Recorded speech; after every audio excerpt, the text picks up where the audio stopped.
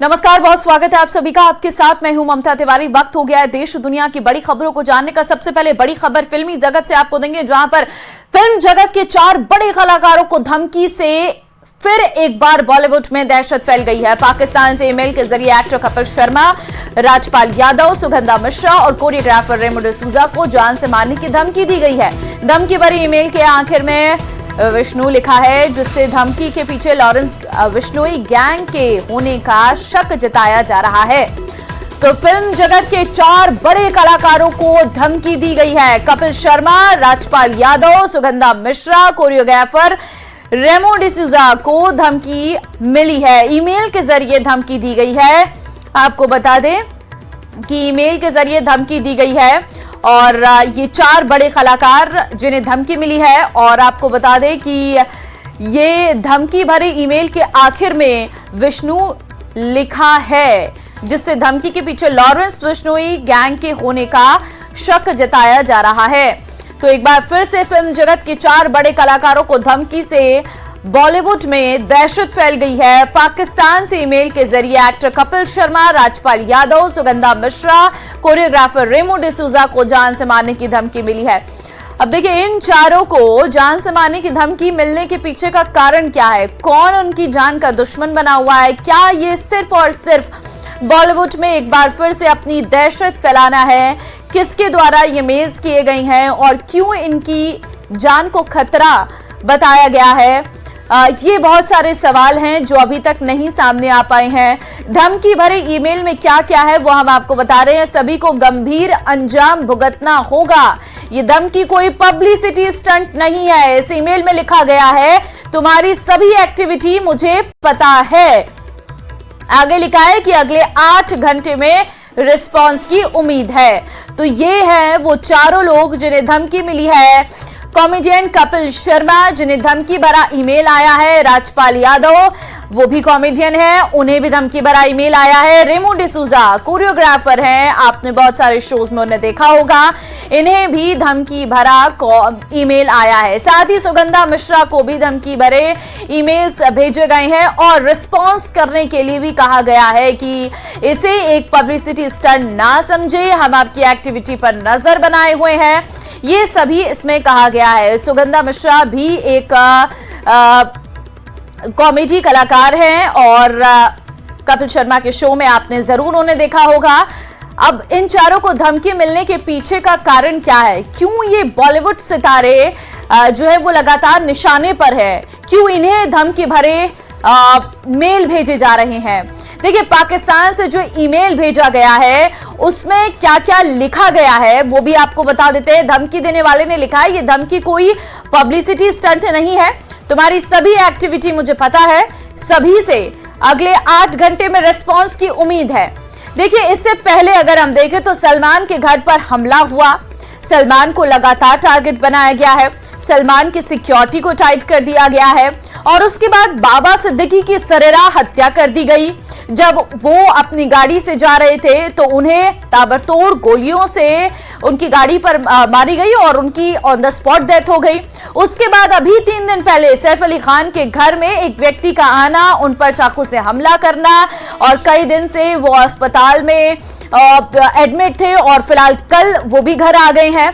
अब ऐसे में ये 4 सिचुएशंस हमने आपको बताई हैं। अब ये 4 बड़े कलाकारों को धमकी मिलना ये अपने आप में सवाल खड़े करता है कि आखिर क्यों लगातार आपको हम बता रहे हैं कि किस तरीके से ये धमकी मिल रही है। देखिए, लगातार सितारों पर हमलों से पूरे बॉलीवुड में दहशत का माहौल है। 14 अप्रैल 2024 को मुंबई में सलमान के घर गैलेक्सी अपार्टमेंट पर फायरिंग की गई। 12 अक्टूबर 2024 में बाबा सिद्दीकी की गोली मारकर हत्या कर दी गई और इसके बाद 16 जनवरी की रात करीब 2 बजे घर में घुसकर सैफ अली खान पर चाकू से हमला किया गया। और अब 4 और सितारे, कॉमेडियन कपिल शर्मा, सुगंधा मिश्रा, एक्टर राजपाल यादव और कोरियोग्राफर रेमो डिसूजा को पाकिस्तान से ईमेल के जरिए जान से मारने की धमकी दी गई है। तो ये बड़ा सवाल है कि आखिर क्यों लगातार कलाकारों को निशाना बनाया जा रहा है।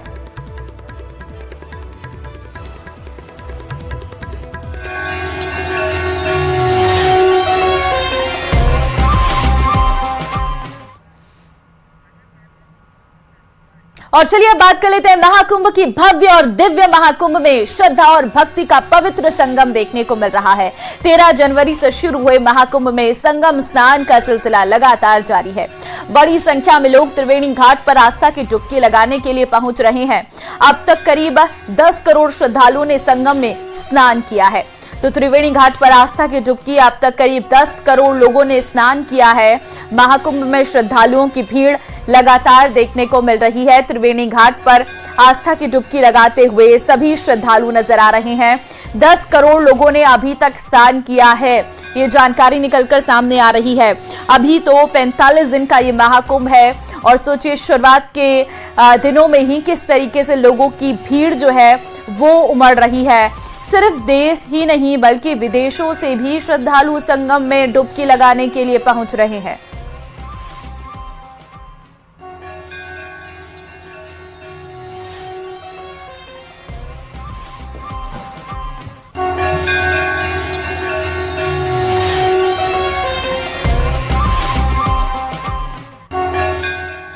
महाकुंभ में एक्टर अनुपम खेर ने भी आस्था की महाडुबकी लगाई है। अनुपम खेर ने सोशल मीडिया प्लेटफॉर्म पर पवित्र स्नान की एक झलक भी शेयर की है और अनुपम खेर ने इसे एक भावनात्मक क्षण बताया और कहा कि उनका जीवन सफल हो गया और प्रार्थना करते हुए उनकी आंखों से आंसू निकल आए। उन्होंने भव्य आयोजन के लिए योगी सरकार को बधाई भी दी है।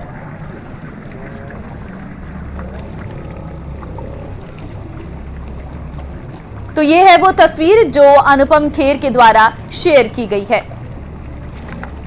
महाकुंभ में चर्चा में आई हर्षा रिछारिया कैलाशानंद महाराज का पंडाल छोड़कर अब अखाड़ा परिषद के अध्यक्ष रविंद्रपुरी के पंडाल में है। हर्षा रिछारिया ने रविंद्रपुरी जी महाराज को अपना पिता तुल्य बताते हुए कहा कि मैं मौनी अमावस्या पर दूसरा स्नान करने आऊंगी और साथ ही उन्होंने खुद को एक्टर और एंकर बताते हुए कहा कि मैं युवाओं को धर्म के लिए जागृत करने के लिए काम करना चाहती हूं। तो हर्षा रिछारिया, बीते दिनों आपने बहुत सारी वीडियोस हर्षा की देखी होंगी। कई लोगों ने हर्षा को साध्वी की श्रेणी में ला दिया, जिस पर हर्षा की तरफ से कहा गया कि वो कोई साध्वी नहीं है बल्कि वो यहाँ पर धर्म को के प्रति युवाओं को जागरूक करने के लिए पहुंची हुई है। हर्षा रिछारिया जी हैं। हर्षा जी, आमतौर पर तो हम अगर बात करें तो जो चर्चा परिचर्चा हो रही है वो सुंदर होने की, किसी के आंख के सुंदर होने की, आपके बालों की चर्चा हो रही है कि इतने जल्दी कैसे ऐसे बाल हो गए। IITN बाबा की चर्चा हो रही है कि उन्होंने गाली दे दी या वो सिगरेट पी लेते हैं या गांजा पी लेते हैं, लेकिन ज्ञान की चर्चा कम हो रही है। आप कब मॉडलिंग की फील्ड से या एंकरिंग की फील्ड से कब आपको लगा कि आपको आध्यात्म से जुड़ना चाहिए? देखिए, सबसे पहली बात जो आपने बोली है और जो सच में बहुत ज़्यादा गलत हो रहा है इस वक्त महाकुंभ में, वो ये है कि जहाँ पे चर्चा होनी चाहिए थी अध्यात्म की, जहाँ चर्चा होनी चाहिए थी महाकुंभ की, जहाँ चर्चा होनी चाहिए थी प्रयागराज की, जहाँ चर्चा होनी चाहिए थी सनातन धर्म की, जहाँ चर्चा होनी चाहिए थी सनातन संस्कृति की, वहाँ पे चर्चा सुंदरता, आँखों की, नशे की हो रही है। तो ये बहुत ही ज़्यादा गलत हो रहा है। ये पर्सनली मैं फील कर रही हूँ कि अभी मेरे ऊपर कोई कुछ भी बोले, लेकिन ये मुझे सच में लग रहा है कि कहीं ना कहीं आज मैं भी जिस चीज़ की तलाश में आई थी, जिस चीज़ को जानने के लिए आई थी, जिस चीज़ से जुड़ने के लिए आई थी, जो कुछ प्राप्त करने आई थी, आज मैं वो नहीं कर पा रही हूँ। क्यों? क्योंकि लोग गलत और अलग दिशा में जा रहे हैं। और रही बात मेरे अध्यात्म से जुड़ने की, तो इसकी शुरुआत वैसे अगर मैं फैमिली से बात करूं तो बचपन से ही माता पिता शुरुआत कर देते हैं, बच्चों में वो संस्कार डालते हैं। लेकिन 2018 से मेरा धीरे धीरे जो रुख था, रुझान था, वो अध्यात्म की तरफ होने लगा था, जो अब जाके पिछले 1.5-2 सालों में ज़्यादा लोगों को दिख रहा है। अभी आप यहाँ पूरा महाकुंभ में रहेंगी? देखिए, अभी मैं इस चीज़ के बारे में कुछ भी नहीं बोल सकती हूँ कि मैं पूरा रहूँगी या नहीं रहूँगी, लेकिन हाँ, जो मैंने विचार किया है कि मैं दूसरा शाही स्नान करके ही फिर यहाँ से जाने का सोचूंगी। अब वो कह रहे हैं कि अपने पिता बदल लिया, जो लोग चर्चा कर रहे हैं। देखिए कि पिता तो एक ही होते हैं, पिता तुल्य सब हो सकते हैं, है ना। तो जो रविंद्रपुरी जी महाराज जी हैं वो मेरे पिता तुल्य हैं। और महाराज स्वामी श्री कैलाशन गिरी जी जो हैं परम पूज्य गुरुदेव हैं मेरे, वो मेरे पिता हैं, उनसे मैंने गुरुदीक्षा ली हुई है। और आज मुझे लगता है कि जो भी आशीर्वाद मुझे प्राप्त हो रहा है एक पॉजिटिव वे में, वो मुझे उन्हीं के मार्गदर्शन में, उन्हीं के सानिध्य में प्राप्त हो रहा है। तो रहूंगी तो मैं उन्हीं की बेटी, और पिता जैसे मैं सबको ही मान रही हूँ, सबको ही पूज रही हूँ। आप ये कहना चाह रही हैं कि कैलासानंद जी की ही पुत्री आप रहेंगी, पिता तुल्य आपके रविंद्रपुरी महाराज हैं, आपने क्लियर कर दिया। बिल्कुल। और रही बात निरंजनी अखाड़े की, तो हमारे जो महाराज जी हैं और जो मेरे गुरुदेव जी हैं वो दोनों ही निरंजनी अखाड़े से हैं। मैं ऐसा तो है नहीं कि दूसरे किसी अखाड़े में जाके बोल रही हूँ कि पिता तुल्य है कुछ भी, तो निरंजनी अखाड़े की ही मैं बेटी हूँ, और पिता एक हैं, पिता तुल्य सब हैं। अच्छा, यहाँ से महाकुंभ के बाद जब आप जाएंगी तो वापस से मॉडलिंग में जाएंगी या फिर आध्यात्म की तरफ पूरी तरीके से आप चली जाएंगी? देखिए, मॉडलिंग तो ये कुछ न्यूज़ चैनल ने, कुछ मीडिया ने ये जैसे मुझे साध्वी का गलत टैग दिया गया, वैसे ही मुझे मॉडल का एक गलत टैग कुछ चैनल ने दिया है। क्योंकि मैंने, आप देखेंगे, मैंने स्टार्टिंग से ही बोला कि मैं एक्टर और एंकर हूँ, मैंने कहीं भी नहीं बोला कि मैं मॉडल हूँ, ठीक है। और रही बात, अगर आप ये पूछना चाह रहे हैं कि मैं वापस एक्टिंग में जाऊँगी या कुछ भी, तो जिस भी चीज़ में मुझे धर्म को आगे बढ़ाने का मौका मिलेगा, मैं अपने धर्म का हाथ पकड़ के उसके राह पे चलते हुए चीज़ों को आगे बढ़ाना चाहती हूँ। मैं समाज में जो मेरे तरह युवा हैं उनको मैं धर्म की ओर उनका रुख करना चाहती हूँ और धर्म के प्रति उनमें जागरूकता लाना चाहती हूँ। सनातनी आस्था के महापर्व महाकुंभ के अलग अलग सेक्टर से हर दिन नए नए रंग देखने को मिल रहे हैं। महाकुंभ में साध्वी मां ऋतंबरा देवी के आश्रम में भी सनातनी आस्था के रंग देखने को मिले, जिन्हें देखने के लिए देश दुनिया से लगातार श्रद्धालु आ रहे हैं। देखिए,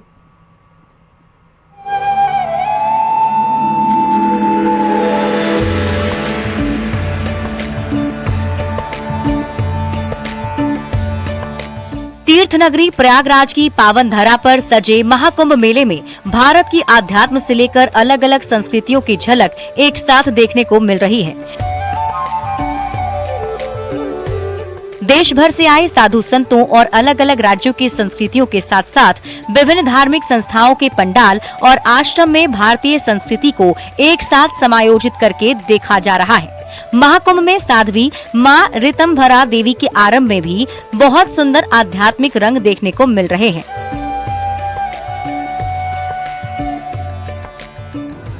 महाकुंभ 2025 और क्या अद्भुत, सुरम्य और इतना बेहतर दृश्य आपने शायद ही कहीं देखा हो। हर एक जगह पर अलग अलग रंग है और यहाँ मां साध्वी ऋतंबरा जी का ये जो आश्रम यहाँ बना हुआ है, वहां पर माता शैलपुत्री, ब्रह्मचारिणी, चंद्रघंटा यानी 9 देवियों की जो प्रतिमाएं हैं वह स्थापित हैं। इनको देखकर भक्तगण मोहित हो रहे हैं। अद्भुत स्वरूप है। आप यहाँ आएंगे तो यह झांकी, यह दृश्य, यह मूर्तियां आपको दिखाई देंगी। महाकुंभ में साध्वी मां ऋतंभरा देवी के आश्रम में भी बहुत सुंदर आध्यात्मिक रंग देखने को मिल रहे हैं, जहां नवदुर्गा की मनमोहक मूर्तियां लगाई गई हैं। साध्वी मां ऋतंभरा देवी के आश्रम में नवदुर्गा की मूर्तियों के साथ साथ भगवान राधा कृष्ण की, गौ माता के साथ भव्य मूर्ति के साथ भगवान राम, लक्ष्मण, माता सीता के साथ भगवान हनुमान की अलौकिक प्रतिमा भी लगाई गई है, जो पंडाल की भव्यता को 4 चांद लगा रही है। इसके साथ ही साथ नौ दुर्गा के अलावा भी सिद्धिदात्री मां के अतिरिक्त भी यहाँ राधा कृष्ण जी की कितनी सुंदर छवि है। गौ माता के साथ यह दृश्य अद्भुत, अनुपम, अलौकिक, और ऐसा लगता है कि यह जीवन जो है इसी के लिए बना हुआ है, क्योंकि इतनी सुंदर मूर्तियां हैं ये कि इनको देखकर आपका मन प्रफुल्लित हो जाएगा। उसके बाद सबसे अंत में, इस छोर के सबसे अंत में प्रभु श्री राम, भैया लक्ष्मण, माता सीता और श्री हनुमान जी महाराज का प्रणाम करते हुए यह चित्र वास्तव में मन को मोहित कर रहा है। वहीं महाकुंभ में आए श्रद्धालु भी महाकुंभ की भव्यता और धार्मिक संस्थाओं के पंडालों को देखकर सनातन धर्म पर गर्व कर रहे हैं और कह रहे हैं कि सभी को एक बार जरूर महाकुंभ आकर भारत की सनातनी विरासत को देखना चाहिए। ये तो एकदम मतलब अति मनमोहक दृश्य है। यहाँ पूरा माघ मेले में घूम रहे हैं। महाकुंभ जो है पूरा बेसिकली इंडियन कल्चर जो एक्सप्लोर कर रहे हैं, हिंदुज्म और सनातन धर्म जो है वो मतलब कितना उसमें डेप्थ है सनातन धर्म में। हर जगह का मतलब लगा हुआ है मॉडल और ये सब एग्जीबिशन वगैरह, और कितनी धर्म की बातें हो रही, स्पिरिचुअलिटी, ये सब प्रचार हो रहा है। आपका क्या कहना है? हम ये कहना चाहेंगे सर कि जो लोग बोलते हैं कि सनातन क्या है, ये है वो है, हिंदू है, लेकिन यहाँ पे आने से हम लोग को पता चलता है कि हमारा सनातन कितना व्यापक है और कितने तरह के लोग जो मानते हैं, जो नहीं मानते हैं, वो सब लोगों के लिए यहाँ पे खुला है। सब लोग आके यहाँ पे जान सकते हैं हमारे सनातन के बारे में और इसका लुत्फ उठा सकते हैं और देख सकते हैं कि कुंभ का कितना महत्व है, कितना श्रद्धालुगण यहाँ पे आ रहे हैं और यहाँ का आनंद लेके जा रहे हैं और कितना भक्तिमय है, यहाँ पे साधना कर रहे हैं। बता दें कि लगभग 25 किलोमीटर से ज्यादा एरिया में फैले अलग अलग सेक्टर में बांटे गए महाकुंभ के इस बड़े आयोजन में हर सेक्टर में अलग ही नजारे हैं और इन अद्भुत नजारों को देखने के लिए लगातार देश दुनिया से श्रद्धालु आ रहे हैं। इंद्रियों को भी तृप्त करेगा और मन के जो ज्ञान चक्षु हैं वह भी खुल जाएंगे, क्योंकि यहाँ आध्यात्म की पूरी व्यवस्था है, आध्यात्मिक चेतना के विस्तार की पूरी व्यवस्था है और हमारे संतगण इसको बखूबी कर भी रहे हैं। वीडियो जर्नलिस्ट उपेंद्र यादव के साथ आलोक शुक्ल, न्यूज़ 18 प्रयागराज। महाकुंभ में खास तौर पर नागा साधु आकर्षण का केंद्र बने रहते हैं। इनके जीवन से और इनकी जीवन शैली, इनका पहनावा, इनकी भक्ति।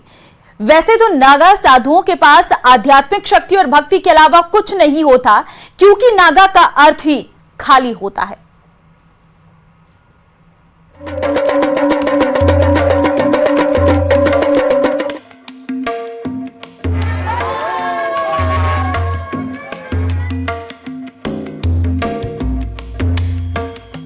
कठिन तपस्या, त्याग, बलिदान का सबसे बड़ा और जीवंत उदाहरण होते हैं नागा साधु।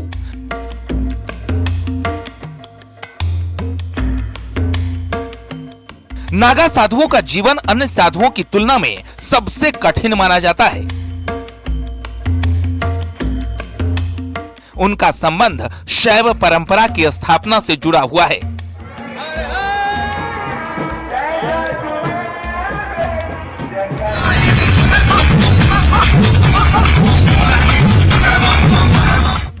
नागा साधु भगवान शिव के अनुयायी होते हैं, जिनके पास तलवार, त्रिशूल, गदा, तीर और धनुष जैसे हथियार होते हैं।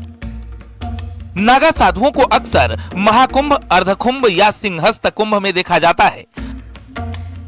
आदि गुरु शंकराचार्य ने सनातन धर्म की रक्षा के लिए केवल साधारण सैनिक नहीं बल्कि वैदिक सैनिक तैयार किए। ऐसे सैनिकों का एक संगठन बनाया गया जिनके पास धर्म के अलावा कोई और विरासत नहीं थी। उनके एक हाथ में वेद, गीता, उपनिषद और पुराण थे, तो दूसरे हाथ में भाला, तलवार और कृपाण। आदि गुरु शंकराचार्य ने ऐसे साधु सैनिकों का एक संगठन बनाया जो साधु भी थे और सैनिक भी। इन्हें ज्ञान देना और प्राण लेना दोनों का अभ्यास था। इन्हीं योद्धा साधुओं को उन्होंने नागा नाम दिया।